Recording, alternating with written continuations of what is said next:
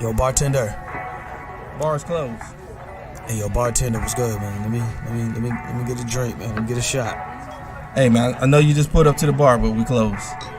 Come on, man. You gotta be able to give me a shot, man. Come on. You look like you need a drink, man, but I hate to tell you this, man. We about to close. So you need to tell me all these people out here, they got drinks and they got shots, but I can't get nothing. The bar closed that soon? Okay, man, I don't know what else to say. I got this shorty half my age at the crib, and I'm trying to get to it. But last call was 10 minutes ago. You know what? It's alright. Don't even worry about it. Don't worry about it. All right. Tell you what, I'm gonna get you one drink, cause it look like you need it. One drink? I can do one drink. I can do one drink, cause I really, yeah. Hey, man, anything, man. Look like you got a lot on your mind and you need a friend right now. Pour it on me. Ain't no last calls here. Bar Talk with Jay. All right, welcome to Bar Talk with Jay. Welcome. One of the things we're going to brought you by is Camo Dumpsters. This is a great thing that I got going on in Tennessee, but again, I'm trying to make my way back to Georgia, but until I make it there, only thing I can tell you of any great things going on in Tennessee, I should know all about them, because I'm trying to make this bad boy grow to epic proportions. Yes, over here at Camo. Now that I've got that out the way, I gotta remember this person sitting with me with a smile all the time. Craftmatic, how you doing tonight, big baby? Man, I'm doing lovely, Smooth Jay. How you doing tonight, man? Man, let me tell you, Craft, man, I'm glad you asked. You know, half dragging because I caught the flu a couple weeks ago. Yes, man. And, I had it too, bro. Everybody knows Tennessee had one of the highest outbreaks, but again, I'm noticing across the world, it seemed like. Yeah. I didn't even know there was a test for the flu. All right. So they tested me for COVID, told me I was negative for COVID, and I was like, well, okay, cool. But you're positive for the flu. Okay. That's the same thing they told me. Yeah, and I'm sitting there like puzzled, but I was feeling like flu-like symptoms. I had a constant cough. And again, if any of y'all out there, man, definitely get tested. Also, make sure you guys Theraflu, do all the right things to get yourself and your body back in shape. And also make sure you take time and rest.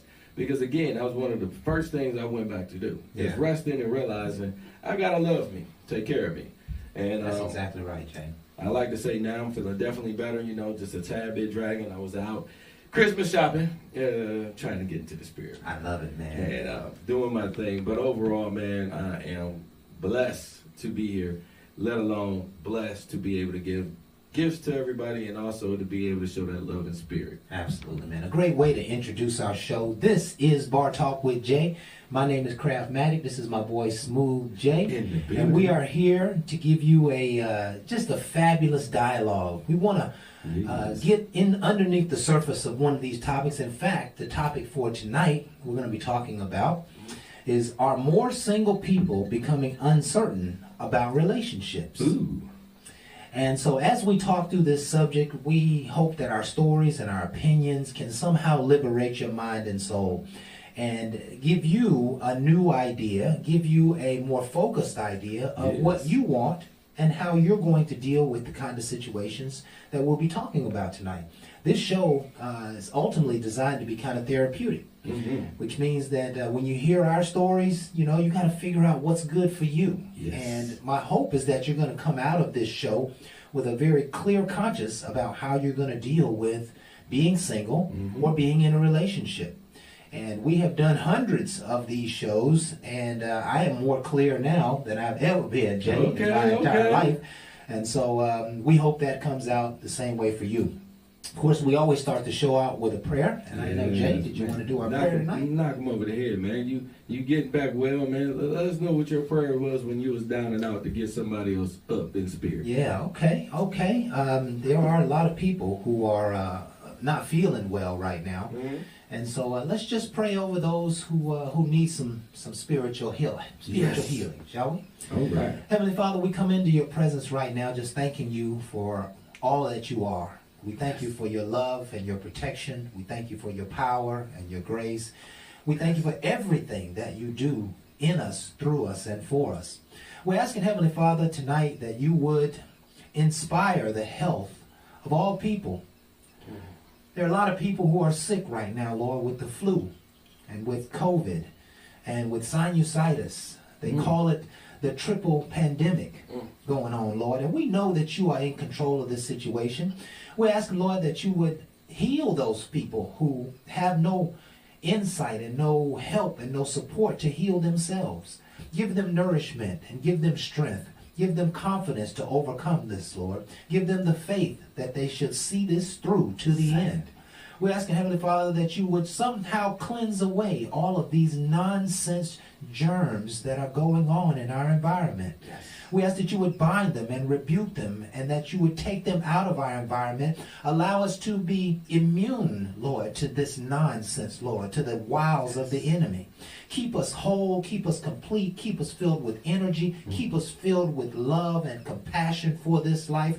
Don't let anyone give up in their life, Lord, because of all of this sickness and illness. Keep us strong in faith, Lord, so that we can see through to the end a perfect spiritual healing. We ask that you would be here in this show to do your good and perfect work. Speak wisdom to us tonight. In Jesus' name we pray. Amen. Amen. Oh, you did that one. Amen. Yes, I'm hoping that touched the ears of a lot of people that might not be feeling great right now. Rejoice. Rejoice. Yeah, spoken over you. Yeah, and let's just start right there, Jay. Okay. You know, when you are down and out, Mm-hmm. and it doesn't matter what you're down and out about. Right. It can be your business, it can be your health, it can be your broken heart and emotions. But when you are down and out, Yes. you have to find some way inside of yourself to go back to the top, to go back to the promised land. You can't expect healing feeling sorry for yourself. That is right. You can't you can't even expect God to heal you. You got to have some faith. He lives in us and through us by our faith in him. Okay. And if we have faith that he's going to heal us and that he can bring us through and that he's not going to let this get out of hand, then that's exactly what will happen. But if you start doubting him and you start fearing him and you start wondering if you're going to make it through, if you start being sorry for yourself and allowing the sickness to just consume you, that you're not working in the spirit and you're not at the mindset that's going to produce the greatest healing for your body. Correct. You have to find a way to see yourself healthy even though you're sick. You may have no energy, but somehow see yourself energetic. Speak energy over your life. Speak healing over my life. I just spent 6 days in the bed behind this flu bug. Ooh. 6 straight days. 3 straight days in the front before I went to the doctor, and then another 3 straight days after I seen the doctor with medication. And I'll be honest with you, I didn't feel much better before or after. I got up this morning feeling pretty good, Okay. but my mindset said, this gonna be all right. Okay. I'm gonna get through this. And you know what? I'm not gonna get sick anymore. I'm prophesying sickness away from me. I rebuke you. I bind you, flu. Get off of me. Get off of my kids. Get off of my community. Get off of my family. Say it. You have no power here. The devil is a liar, Yes. and we're gonna stand strong in health. We understand that this is not natural sickness. That is true. These are some manifest germs, and we don't have to talk about where they manifest from, but these are some manifest germs, and we got to find a way to stand up in the midst of this. I've been sick 4 major times this year, more than I have ever been sick in my life. And I don't know if sometimes maybe the Lord is just saying, hey, it's time to stay home. Remember I sent you home 2 years ago? Remember I sent you into quarantine?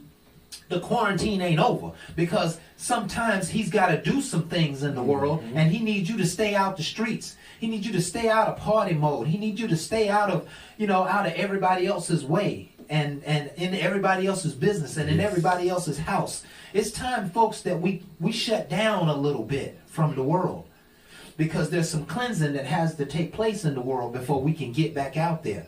There's nothing wrong with doing your business. There's nothing wrong with you putting on your boots and putting on your mask and putting on your hat and having to go and get a good day's work done. But don't be hanging out and lollygagging in places that you otherwise wouldn't and shouldn't be. It's time to protect yourself. Right? It's protection time. It's self-protection time. And there's so many ways to do that. And, one of the other key ways to do that is that we just have to take better care of ourselves. That's drinking our plenty of water, keeping fluids in our bodies. That's taking our vitamins. If you are taking medications, take them properly. You can eat better foods. Rather than ordering out Uber Eats all the time, fix you a big pot of soup so you can eat on for 2, 3, 4 days. Say it, my and brother. you're getting nourishment. You're getting some hot nourishment into your body. Say it. But if you get lazy and you end up ordering, out 2, 3, 4 times a week, you're spending hundreds of dollars that you don't have to spend in order to eat healthy and to be healthy, right? Yep. We got to get our mindset right during this season. So taking care of ourselves is one of the key components. I believe that those of you who have not gotten all your medical work done, and just in terms of your annual physical, and your vision work done, and your dental work done, and Speak over that health. your anything else that might need to be done on an annual basis, Right. I want you to get laser focused on getting those things done the first quarter of the year. We're entering now into 2023, and don't expect to get through the year and not take care of yourself. You don't want to wind back up the second quarter of the year with this same flu that's going around again. Thank you. And there are many things you could have done to improve your health. So it's time to look through the glass of self-care, and that means a lot more than I'm just saying right now. It means a lot more to you. You know what that means for you in your life. And I'm gonna kind of go off on a tangent just a little bit, just to point it out, right? Give it to me. There's some of you been feeling a pain going through your left side. Okay. There's some of you been dealing with a problem knee. There's some of you who got some bad feet, right? There's some of you who your thought processes ain't been right. You know that you're suffering somewhere in your mind. Go ask for some help. Go seek somebody who can help you. Right? This ain't about just putting lotion on your feet. This is about getting some x-rays and getting someone to tell you exactly what's happening and utilize your insurance to pay for that fix. Deep dive. Let's stop sitting on the sidelines. We know a lot of middle-aged and older people who, maybe need a shoulder surgery, or may need a hip surgery, and you've been running from it. Right. You've been trying to act like, it's gonna fix itself. And then 2 years later, you're dealing with the same thing. You could have been healed up on to your next portion of your life. Self-care is the measure of today. That is correct. Quit chasing money and remember your health. There you go. There you go. Man, you was on that one. Now, let's cover this nice subject, shall we, Jay? Oh, let's do it. Let's do it. Are more single people becoming uncertain about relationships? Ooh. What do you think, Jay? I like to say yes, because you gotta look at divorces. Divorce rate is high. Relationships are failing, and again, this is my observation. Now, why they're failing, it seemed to be a lot of different reasons, and I like to say trust is gonna be one of the first ones, and then respect, and then I don't really feel like they have a plan. They just come together and they feel like they're happy, and that's all it's gonna be. And they feel like the happiness is going to carry them all the way over to a bliss happiness, And I really feel like sometimes it takes more of a plan because now that I kind of know you, I kind of want to plan on what all we're going to do. But a lot of times they just feel like, we just take it day by day, and that's fine. You can take it day by day, but it's also nice to have a plan because then, if you're working together to get and achieve something, instead of just trying to find out what it's just going to be. Because normally it's just be a waste of time. And I really feel like we get too old to be wasting time. And then it's just a fear of failure. A fear if it's not working out. And I like to say when you've been single for a long time, you keep a lot of selfish ways, so it's kind of hard for you to drop that to be in a committed relationship with a person where you have to not be selfish. You really got to look at that other person. And that's kind of scary when you're used to just taking care of yourself. So when you start adding all these things up, we got a brewing pot of issues that I like to say we rush out of, but we don't address. So now you bring all that into a quick relationship, and it starts off great, and then all these stuff start to get peeled off, and then somebody feel like that's just too much. Yeah. Some people say a mask. I like to say, no, you just didn't peel back the onion to see the real person. You know, you dreamed of a person bigger than what he really was. And then you would say it was a falseness. You helped that falseness. Some of that was your image of what he should be compared to what he was. So these things right here, I can definitely see problems in paradise. But on the upfront, I think these problems are already within us before we ever took that leap of trying to make a relationship work. That's exactly right, Jay. And you know, I'm gonna attack it from the very beginning. Okay. All right. It is good and edifying to have a special someone in your life. Right. That's good. I'm telling you, there's almost nothing better in life than having a special someone. Okay. A ride or die, a sidekick, somebody who you can share your life with, somebody you can share your problems and your dreams and your life's issues. You know, have you ever been in a situation and you know you had a bad day, but you picked up the phone to call that special someone, and somehow just the simple fact that you had somebody to call took some pressure off of you. Yes. Right? Just the fact that you had somebody to love and somebody to love you took pressure off of you. And that, I'm telling you, that is one of the best feelings in the world. I agree. There really is nothing better under the sun than that love relationship. But we have to understand, I'll say the facts. Okay. And we have to understand the statistics, right? Ooh.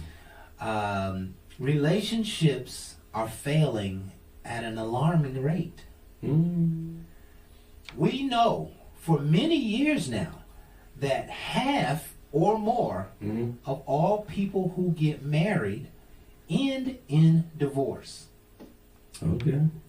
The relations end, and we know many more that never even make it to that point that fall out. So, you know, the question that I'm asking myself, because I seek love too, I seek to have a special lifetime partner. What is going on? Now, why would you enter, if you're getting ready to start a business, a computer business, and you realize that 50% of all the computer businesses are failing and falling out and losing money and going bankrupt, why would you ever pursue that business without answering the question, why?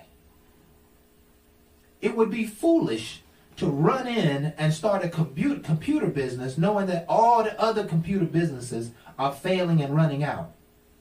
If you don't know why, you're going to become a victim of the same thing that they were a victim of. Right. So, the question is, what is going wrong?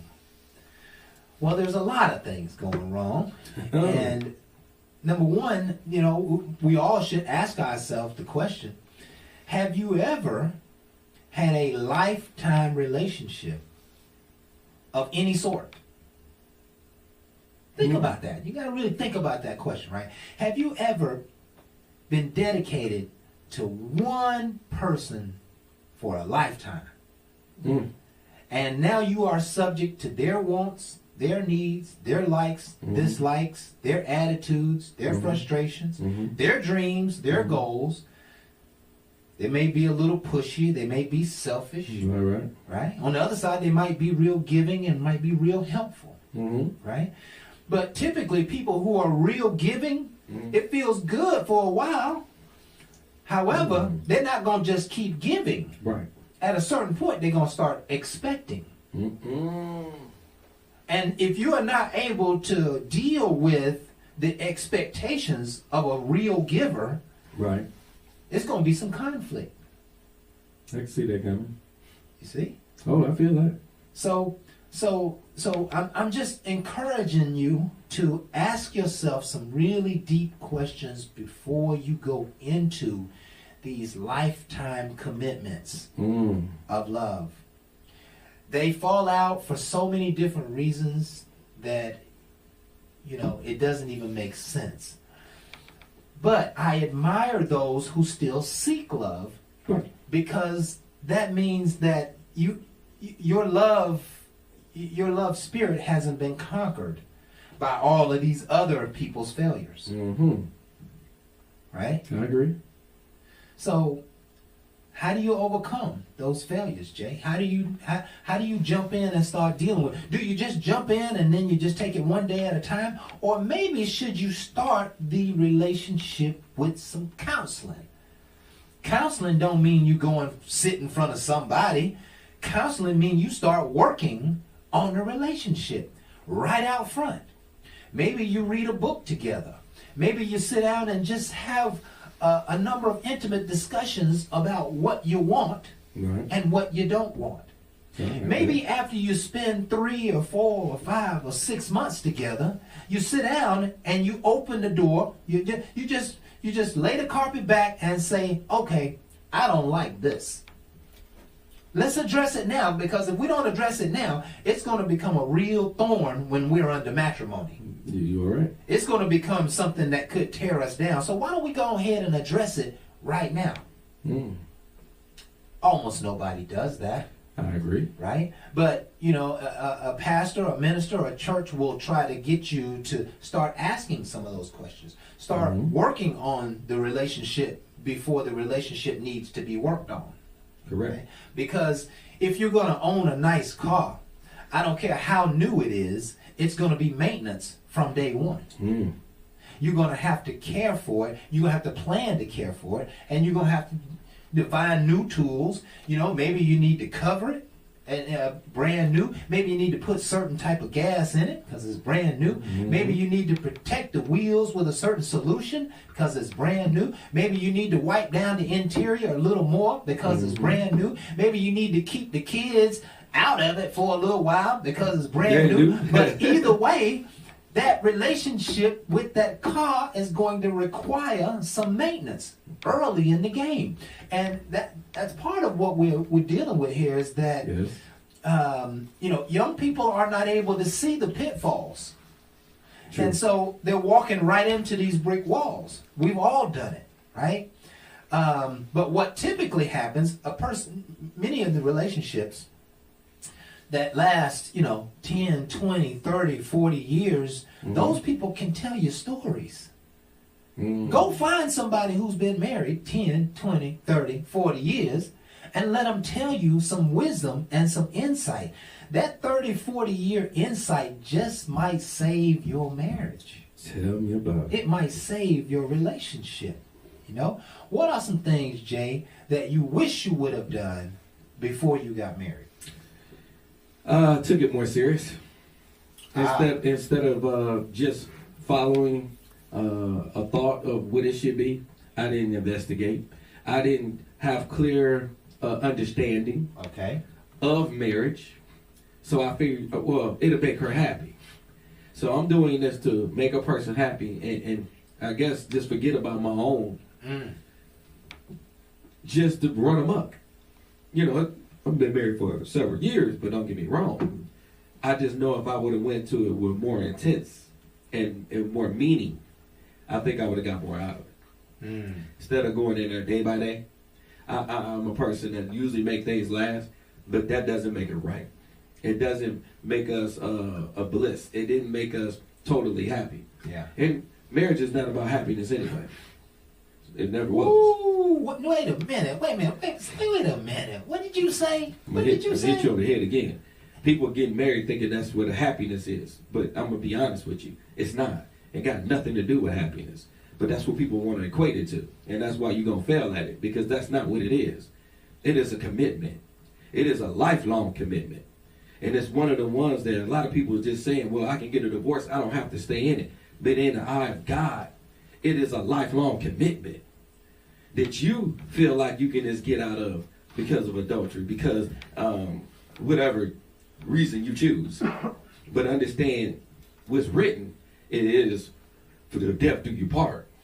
Because that's why they put that in there. Yeah. But people don't want to take that seriously. But then you want to get into it. Right. That's why I said you really have to look into that whole institute before you just say I want to just walk down this road. Right.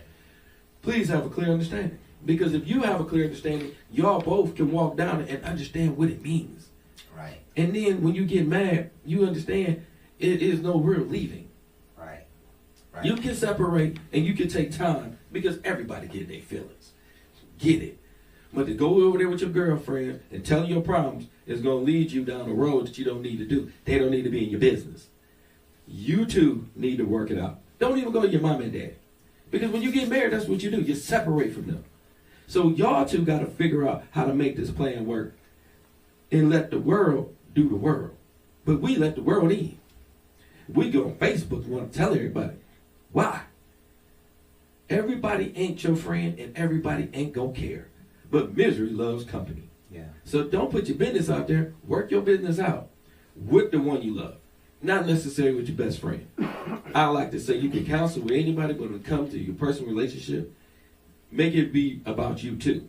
Now, these are the things I think would have been very helpful for me instead of me just trying to learn it the hard way. Right. I try to institute it in anything I deal with now. Yeah. And learn it the hard way is ultimately just trying to learn it on your own. Yes. Right. I love what Jay said, that I wish I would have just taken it more serious. Right. And you got to understand that this relationship is the main thing. It's not the fruit of the relationship. It's not buying the homes and taking the trips and having the kids, but the relationship itself is the main thing, right?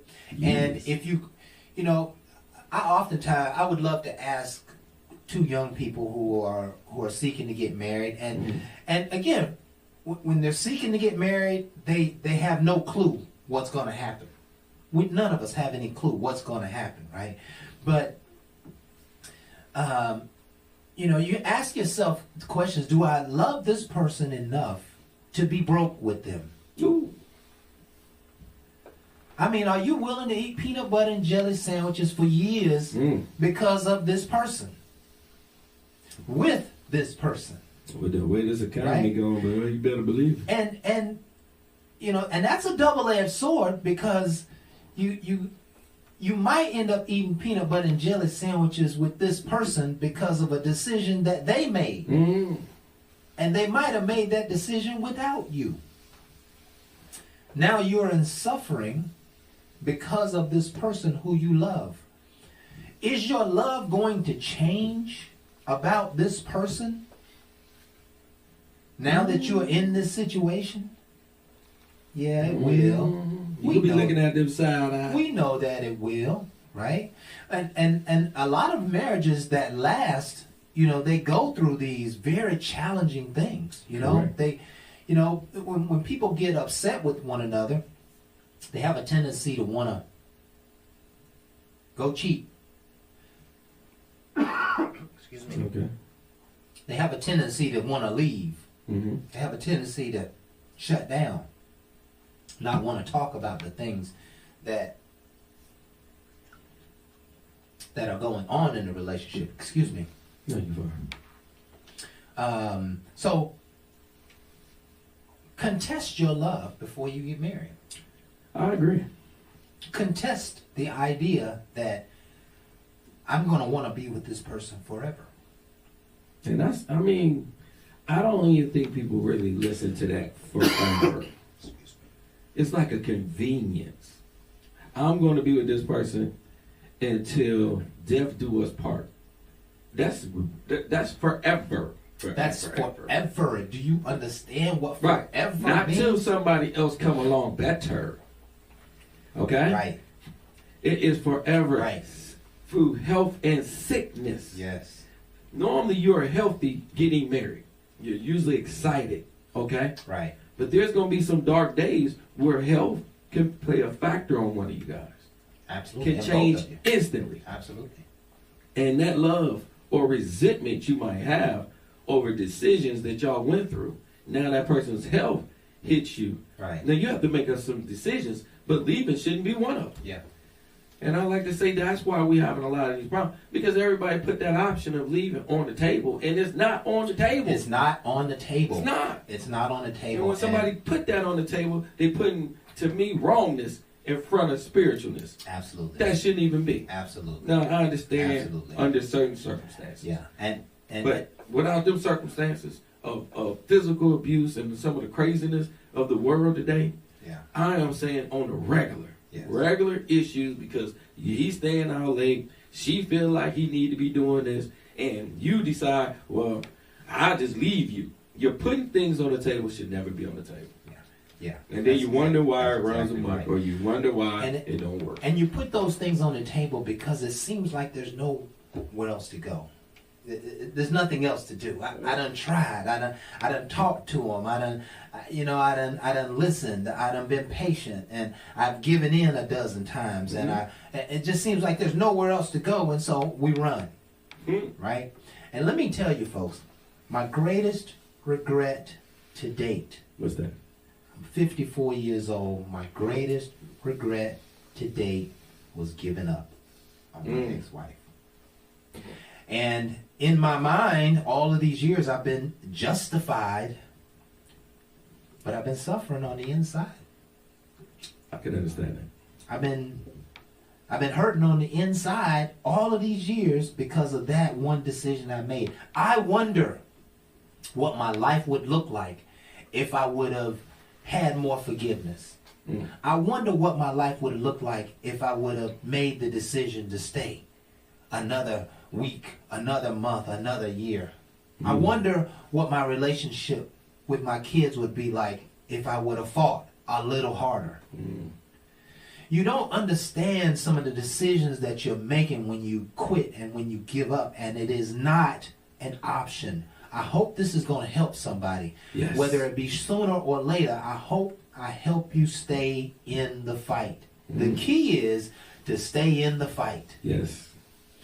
Now, I just want to quickly go over some of the things that young people just don't understand are happening in the nature of failed relationships. Okay. The trust issues, Yep. the respect issues. Yep. They don't have a plan, like Jay said. You Correct. gotta have a plan. Plan your life like you would plan anything else. Like you Yes. would plan your business. Plan your life. There's a lot of selfishness going on. Two separate people, what you expect? Right? That there's people who enter into relationships and they don't know how to take care of themselves, much less how to take care of each other. And so now there's a lack of care, right? There are people who change. Everybody's changing every day. Thank you. And in 1 year, the person you married is not the same person you're married to. Nope. How do you deal with those changes?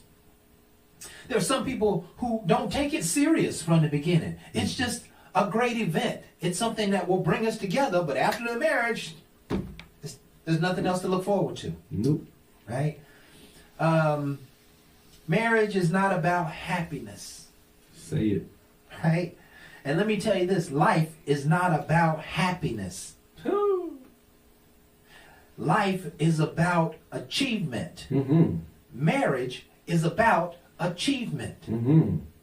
And when you get achievement in your heart, you'll find that you'll be a little more patient. You'll be a little more diligent. Yes. You'll ask a few more questions. You'll have a little more patience. You'll, you know, one of the famous words in great marriages is, yes, dear. Yes, dear. You'll humble yourself to your partner or your significant other even more. You'll find that you want to give them what they want, and you have not what you want. Ooh, preach it, crowd, preach it. We're asking the question tonight, are more single people becoming uncertain about relationships? And the answer obviously is yes. Yes, it is. Rightly so. But the other side of the equation, now that we've covered those, Okay.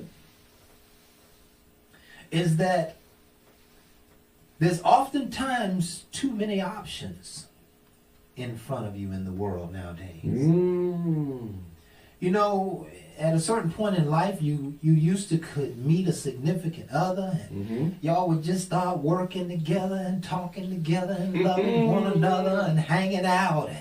all that good stuff. Yes. We go to church on y'all today. But nowadays, What? you just happen to meet somebody online. Mm.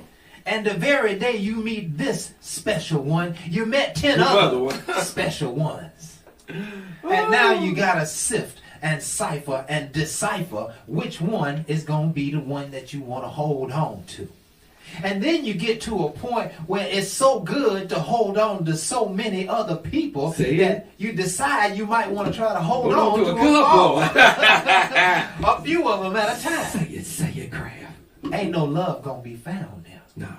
And if you find love, it's gonna be fleeting because you are divided against yourself.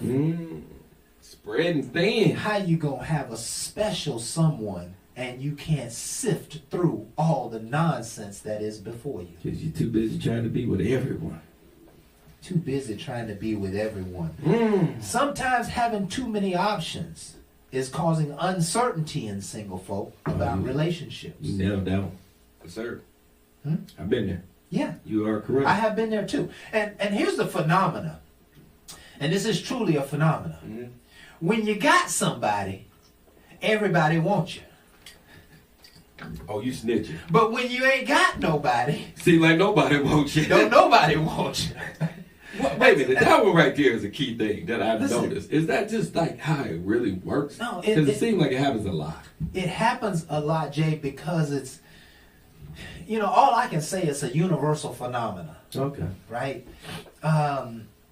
I've been in sales for many years, and when you got customers and you're selling products and you're selling service and everything is going well, Right. everything just flowing. Right. The more customers you got, the more customers you get. That's what you want. But you mess around and go into a lull and you ain't got no customers. Now you ain't got no customers, and you ain't got no money, and you ain't got no faith, and you ain't got no hope, and now you ain't got no effort. Just tell your driver. The Lord told us in so many ways that those who have more will be added. But those who don't have that which you have shall be taken away. It's a universal principle, whether you understand it or not, has nothing to do with you being subject to it. If you got somebody who loves you, pay attention to the one who loves you. Okay. Honor them. It may not be your lifetime keeper, Right. but you have to have gratitude for what you have in spite of how small it may be. Ooh. Okay. Don't just throw away something that you may have to have nothing, Right. because when you have nothing, you truly have nothing. Right? And I don't know who I'm talking to right Now now, I'm preaching to somebody. but I know we've all been in that position. Right? There's somebody who wanted to take you out, pretty lady. There's somebody who was giving you attention. There's somebody who wanted to get to know you. And you was like, well, they this and they that. And you pushing them away, this and that and this and that. All of a sudden, they're going to stop one day. And now you're wondering, where's the attention going to come from next? And who knows where it's going to come from next. It might not show up again for a long time. Say it. I'm of the notion that the Lord is always watching. You might not want to turn them into your forever, but you might find there's some energy, friendship there. There might just be some getting to know you, and and then at a certain point they might meet somebody else, or you might meet somebody else. Right. But if you have a little bit of energy, you have to hold on to what you got. I get that. Right? The single life can be chaotic sometimes. Ooh, you ain't got to tell me. And it can pull you in so many different directions that you're not even considering long-term relationship. You're not considering the fruit that you have in your current basket. You're always looking for the next basket of fruit. And that can cause you to be alone. And we never know when, all of that energy is just going to run out. Right. And so how many women have gone through a period of time where, You know, they had some energy in life and they were getting out a little bit, moving around, meeting people, and everything seemed to be going well. And they met a couple of people and you know, was being too picky. And all of a sudden, they went through a lull. Maybe they went through a financial lull, or maybe they got sick or got hurt. And now there ain't no new people to meet. And you had 30 people that you could have talked to in the last 3 years that you could have gotten to know. But now, the lull has happened. And the next thing you know, you spend the next 10 years by yourself. Because when the opportunity was being placed in front of you, you had your nose in the air. And you was pushing people away who could have offered you some value. Say it, crap. Right? I'm just wanting to pour into somebody who just might be pushing opportunities away from you. And it's not going, heyday is not going to exist always. Correct. You're not going to be beautiful and voluptuous and fine all your life. That's correct. You're going to go through some hardships, and when you go through those hardships, what do you have left from what God has already brought into your life? Now you're preaching. Do you have anything left? Is there anybody can say that they are your friend, that they are your significant other? Is there anybody that you have in your life who would come and take care of you in spite of love, like, or anything else? Come on. We got to get off the surface of things when it comes to our analysis and our assessment of people. I agree. When people are pouring love in you and people are pouring good stuff towards you, find a way to receive some of it. Find a way to hold on to some of it. I'm a firm believer that there's not a single person that passed in your sphere of influence that was not divinely sent. Okay. Well, I got one for you. Go ahead, Jay. You mentioned earlier, why would you start a computer business and then all these computer businesses are failing? It gives you stats. Well, I'm going to go into a relationship the same way about your analogy of computers. Even though marriages are failing and relationships are failing, I would say I will find out why they're failing. I will find out what they're not doing. And then it won't deter me to go ahead and do it if that's what I want to do. Right. And then take it upon myself to enter the lion's den with knowledge. Right. Where it shouldn't just happen to me because now I'm more prepared, Right. where a lot of people wasn't. Right. And then I have a better chance of success because I have a thought of what I really want to do compared to just following you. I'm following people that fail, which might lead me to failure compared to me understanding what they didn't do correctly. Right. Because I can see it at a bird point of view. Right. And I can analyze and make changes to make it better for me. That's why I can still do that without looking at the failure, but learning from it. Learning from And it. it ain't got to be mine. Yeah. You don't always got to go into it for the hardship of failing to learn. Right. You can actually go into things without failing at all, Absolutely. with great knowledge and leadership. Absolutely. And that's what will make you more successful at a time that we don't see that success at all. And this is what I really like about what you said, Jay. In order to have a love and loving relationship, you have to have knowledge. It was knowledge and what else you said? It was knowledge and something else. But you got to be prepared. That's the point here. You got to be prepared, even for love. But what's You that got other to have word we a- use? Fortitude. You got to have fortitude, right? You got to know it's not going to be all gravy. Nope. You got to know that probably somewhere in the mix of learning this person and understanding this person that you're going to find something that you really don't care for.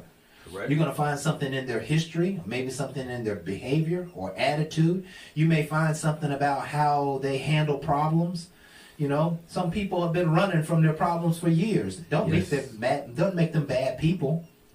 But you're going to have to gird some strength up and some patience, Right. and maybe even some of that leadership. It was knowledge and leadership, he said. You're going to have to gird some of that up so that you can help this person through that.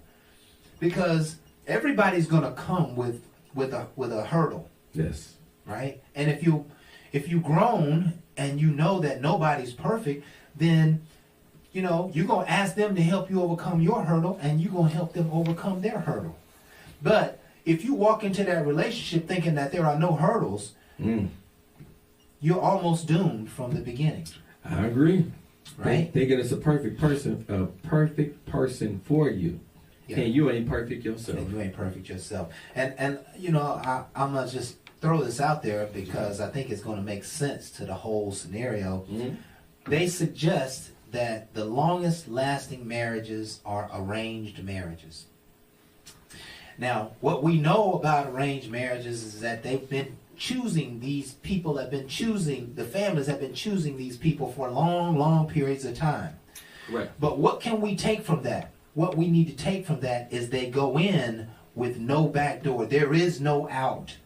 They go in saying, you're going to be together forever, no matter what. I don't care if you like her. I don't care if you don't like her. I don't care if she fits your needs. I don't care what. You're going to stay in that relationship because that person can satisfy your love. But you may be so unwillingness and so stubborn-headed and so unwillingness to change or whatever that you don't get the fruit out of it. But if you go into it with the mentality that there is no back door, you will find love and you'll nurture one another for the long haul. I tell you, when it comes to them arranged marriages, and why I believe, and it's just me, why a lot of them are more successful and they last, is because that person saved themselves so they don't know nothing else. They don't know nothing else. And they know what they was getting into because that's what the family prepared them for. Right. And they don't want to dishonor the family. Okay? That's that old school tradition. Now you got a modern person, today worldly person that's out there with any and everybody. And they like, I couldn't do that. You're right. Because you can't even hold yourself. You spread yourself thin, but then you want to talk about somebody that held themselves and you want to see the same kind of outcome. No, you got some things that's totally different. Yeah. That person ain't looking to say no because I don't know him. Right. They interested in the family. Right. The family is going to make sure this person is in a position where he can bring honor. That's why they doing this. So normally they work out because the family have the best interest of bringing two great people together and merging the families together. And that's why it tends to work, because they got to look at each other and not want to fail each other's family, let alone make it work, because they don't know nothing else. It's a greater chance of it working compared to the love that everybody want to fall in love with, or the happiness. Yeah. Okay? They have to learn that, but they understand the commitment. Yeah. And they honor it, and it becomes great. There you go. So again, I'm not saying that's what everybody, because that's a traditional thing, and everybody ain't traditional. Yeah. All we're hold saying up. is when you go into love, no matter how you get there, you got to have that commitment to stay there and work through the hard things. For all those single people who are uncertain about relationships is where you want to be at. There's really nothing out here. I'm a single man in my 50s, and I'm going to tell you, it's not anything special out here in the world to be chasing left to right, up and down.